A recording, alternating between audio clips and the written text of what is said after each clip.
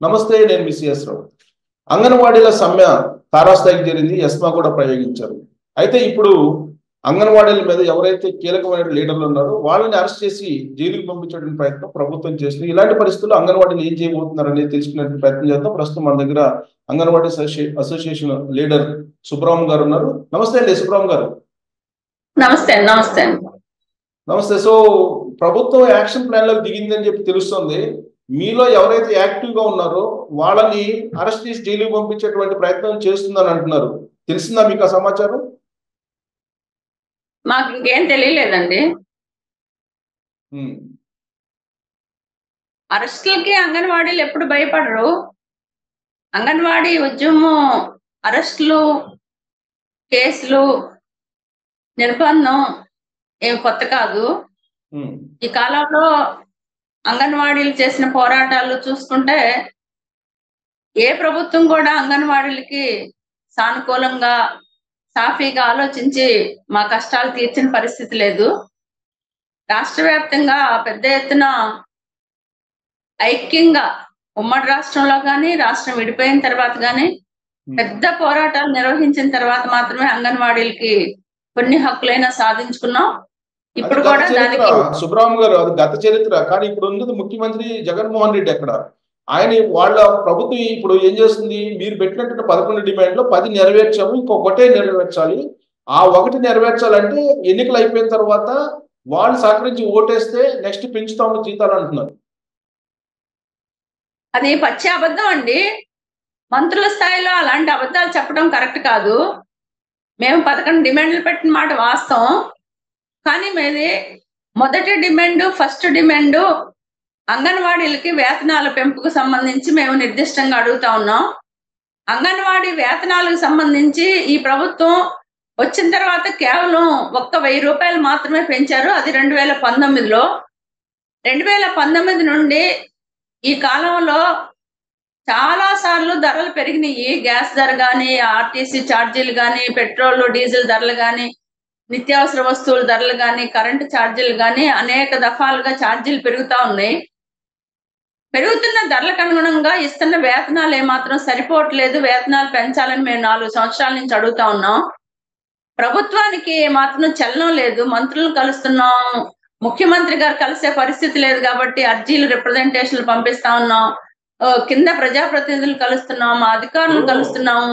సుబ్రహ్మ గారు, ఇప్పుడు మీ జీతాలు పెంచాలంటే మీరు ఒకసారి ఓటేసి గెలిపించాలి. గెలిపించిన తర్వాత మళ్ళీ అధికారంలోకి వస్తే పెంచుతామని చెబుతున్నారు కదా బొత్స సత్యనారాయణ. మేమేమంటున్నామంటే ఈరోజు ముందు మాది ఆకలి మంటల బాధ.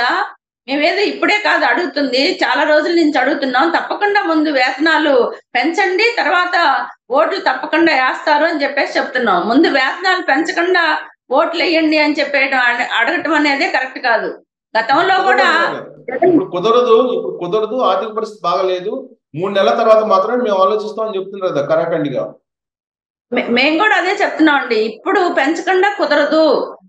ఇప్పుడు వేతనాల కోసం మేము చాలా రోజుల నుంచి అడుగుతా ఉన్నాం. ఇప్పుడు అడుగుతున్నది కాదు. వేతనాలు పెంచండి, తప్పకుండా ఎవరికి ఇష్టమైతే వాళ్ళు తప్పకుండా వాళ్ళకి ఓట్లు వేస్తారు, ఈ ప్రభుత్వంకి సానుకూలంగా ఉంటారు. వేతనాలు పెంచకుండా మీరు ఎప్పుడో ఇప్పుడు 4 సంవత్సరాల క్రితం జగన్మోహన్ రెడ్డి గారు అంగన్వాడీలు తెలంగాణ కన్నా వేతనాలు పెంచుతానని చెప్పేసి హామీ ఇచ్చారండి. ఇంకా ఇప్పటిదాకా ఎదురు చూస్తుంది. ఎందుకంటే జగన్ అన్న అంగన్వాడీలకు ఇచ్చిన మాట తప్పను, మడిని తెప్పను అని చెప్తున్నారు కాబట్టి కనీసం అమలు చేస్తారని చెప్పేసి ఆశించాం. 3 నెలల తర్వాత వాళ్ళు గ్యారెంటీ పెంచుతారని నమ్మకాలు ఏమున్నాయండి? ఒకవేళ నమ్మకపోతే, మీరు నమ్మి ఎందుకు అంగీకరించకపోతే, మీరు ఎవరైతే అంగన్వాడీలు ఉన్నారో చాలా మంది మీద కంప్లైంట్స్ ఉన్నాయి. గుడ్లు అమ్ముకుంటున్నారు, ఫుడ్ అమ్ముకుంటున్నారు, పప్పులు అమ్ముకుంటున్నారు, ఉప్పులు అమ్ముకుంటున్నారు. వాళ్ళందరినీ ఐడెంటిఫై చేసి ఒక లిస్ట్ అవుట్ చేసి వాళ్ళ మీద కేసులు పెడతాం, ఉద్యోగాలు ఊడగొడతాం అని చెప్తున్నారు. మరి మేము కూడా చెప్పదలుచుకున్నామండి. ఈ ప్రభుత్వానికి ఇప్పుడు ఏదో కొత్తగా గుడ్లు అమ్ముతున్నారు, లేకపోతే ఇలాంటి అబద్ధ ప్రచారాలు మానుకోవాలి అని చెప్పేసి మేము ఈ సందర్భంగా హెచ్చరిస్తా ఉన్నాం. ఇప్పుడు ఏదో కొత్తగా సమ్మె చేస్తున్నప్పుడు గుడ్లు అమ్ముకుంటున్నారు అని చెప్పడం అనేది కరెక్ట్ కాదు.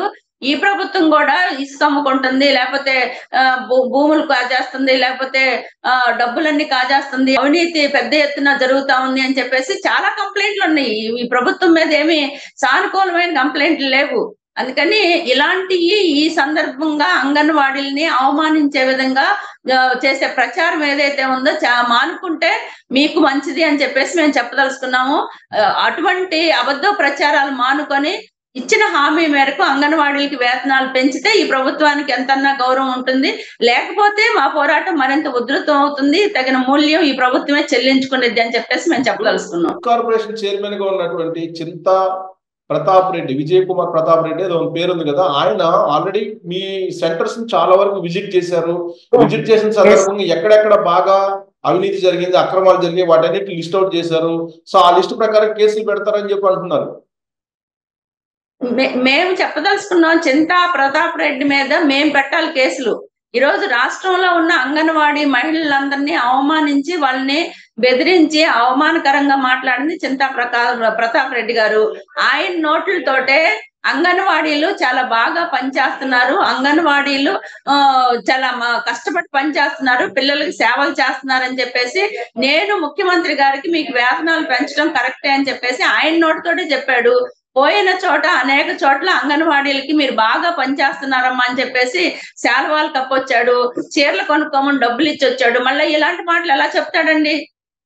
అందుకని దీన్ని మేము ఎట్టి పరిస్థితుల్లో అంగీకరించే సమస్య లేదు.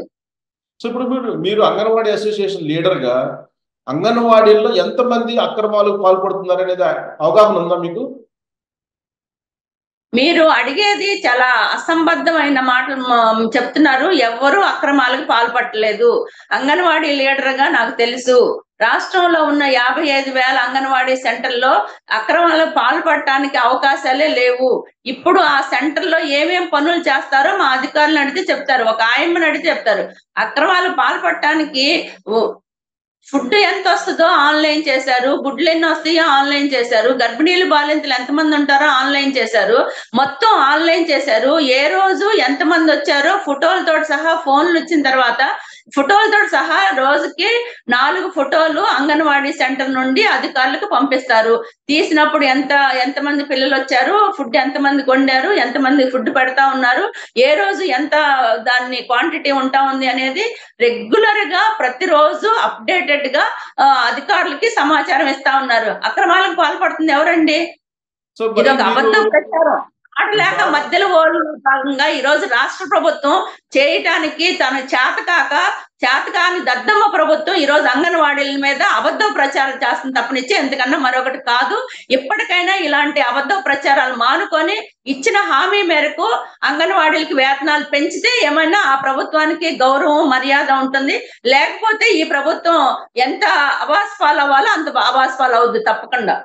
ఇప్పుడు మీరు మీద ప్రధానమైన కంప్లైంట్ ఏంటంటే అంగన్వాడీల మీద లేనటువంటి స్టూడెంట్స్ ని లేదా లేనటువంటి పిల్లల్ని కనీసం 40 మంది ఉండాలని ఏదో నిబంధన ఉంది. ఆ నిబంధనకి అనుగుణంగా పిల్లలు లేకపోయినప్పటికీ 10 మంది ఉన్నప్పటికీ 40 మందిని చూపిస్తున్నారు అనేది ప్రధానమైన ఆరోపణ. 40 మంది చూయిస్తే ఇప్పుడు ఐసిడిఎస్ అధికారులందరూ ఏం చేస్తున్నారండి? ఈరోజు ఐసిడిఎస్ సూపర్వైజర్లు, సిడిపిఓలు వాళ్ళు రెగ్యులర్ గా విజిట్లు ఉంటాయి. మాకు 40 మంది పిల్లలు ఉండాలా, 20 మంది పిల్లలు ఉండాలనేది ఏ అంగన్వాడీ సెంటర్ ప్రయారిటీ కాదు. అంగన్వాడీ సెంటర్ అనేది 1000 పాపులేషన్ పరిధిలో అంగన్వాడీ సెంటర్ ఉంటుంది. ఆ 1000 పాపులేషన్ లో ఎంతమంది గర్భిణీలు, ఎంతమంది బాలింతలు, ఎంతమంది ప్రీ స్కూల్ పిల్లలు ఉన్నారు, ఎంతమంది 0 నుండి 6 లో పిల్లలు ఉన్నారు అనేది ప్రయారిటీ. ఆ పరిధిలో ఎంతమంది పిల్లలు ఉంటే అంతమందికి ఆహారాన్ని అందించడం కానీ, ప్రీ స్కూల్ నడపడం కానీ, వాళ్ళకి ఆరోగ్య సలహాలు చేయడం కానీ ఇది అంగన్వాడీల పని. అంతేగాని 40 మంది ఉండాలి కాబట్టి 50 మంది వస్తున్నారు అంటే రాసుకోవటం ఇవన్నీ సాధ్యం కాని పని. ఇది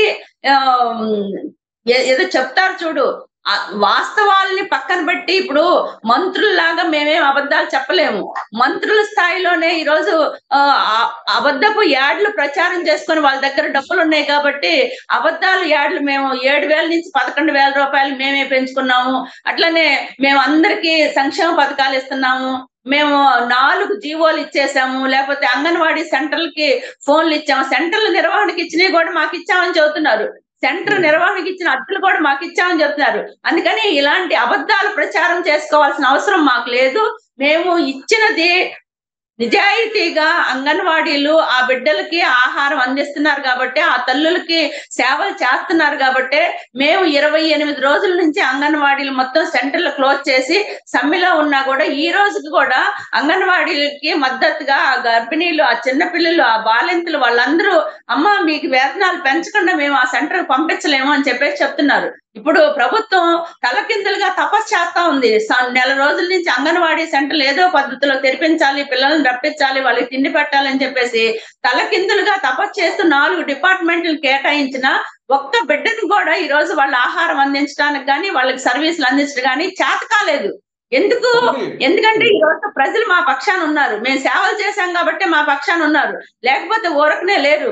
ఇన్ని రోజుల నుంచి ప్రభుత్వం బిల్లులు ఇచ్చినా ఇవ్వకపోయినా, సెంటర్ అసలు ఇవ్వకపోయినా అంగన్వాడీలో పెట్టుబడులు పెట్టి ఆ వచ్చే వేతనం తక్కువ వేతనం అయినా కూడా దాంట్లో పెట్టుబడులు పెట్టి ఈ రోజు ఆ బిడ్డలకు ఆహారం అందించాం కాబట్టి, ఆ బిడ్డలు మా బిడ్డలు అనుకున్నాం కాబట్టి ఈ రోజు మా పిల్లలందరూ కూడా మాతో ఉన్నారు. అందుకని ఇది గుర్తించాలి రాష్ట్ర ప్రభుత్వం. ఇది గుర్తెరిగి ఈ రోజు ఇచ్చిన హామీ మేరకు వేతనాలు పెంచాలి కానీ ఇలాంటి ఆ తప్పుడు ప్రచారాలు, అబద్ధాల ప్రచారాలతోటి ఈ రోజు రాష్ట్రంలో ప్రజానీకం అంతా నమ్మిపోతారు. వీళ్ళేదో అని చెప్పేసి అనుకుంటే మీ భ్రమ మాత్రమే.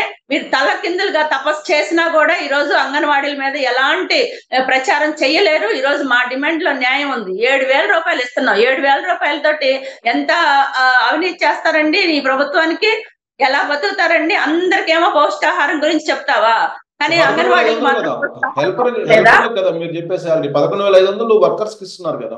11,500కి ఏమో మనులు మాణిక్యాలు వస్తాయండి? ఎలా బతుకుతున్నారు? 11,500 ఈ రోజు గ్యాస్ చూస్తే 1150 రూపాయలు గ్యాస్ అమ్ముతున్నావు. కరెంట్ ఛార్జ్ ఉంది. ఇప్పుడు 800, 1000 రూపాయలు కరెంట్ ఛార్జీలు కట్టాల్సిన వచ్చే పరిస్థితి నెట్టబడింది. నేను 1000 రూపాయలు పెంచాను కదా అంటున్నావు. 1000 రూపాయలకి ఈ రోజు ఒక్కొక్కరి మీద 10,000 రూపాయలు భారం వేసావు. మరి ఎలా బతుకుతారండి? ఇలాంటి అబద్ధ ప్రచారాలు మార్చుకోవాలని చెప్పేసి మేము చెప్పదలుచుకున్నాం. రైట్, మీరు ఒక కాన్ఫిడెంట్ తోటి గతంలో ఉన్నటువంటి ప్రభుత్వాలని మేము మెడలు వంచైనా సరే మా డిమాండ్లు సాధించుకోగలిగాము, న్యాయమైన డిమాండ్లు అని చెప్తున్నారు. కానీ అక్కడ ఉన్నది గవర్నమెంట్, జగన్మోహన్ రెడ్డి గవర్నమెంట్ అనేది మీరు మర్చిపోతున్నారు. ఎందుకంటే ఈ మాట ఎందుకు అంటున్నానంటే, ప్రభుత్వ ఉద్యోగులు, టీచర్లు సమ్మె చేస్తే సిపిఎస్ రద్దు కోసం ఏం చేశారో తెలుసు.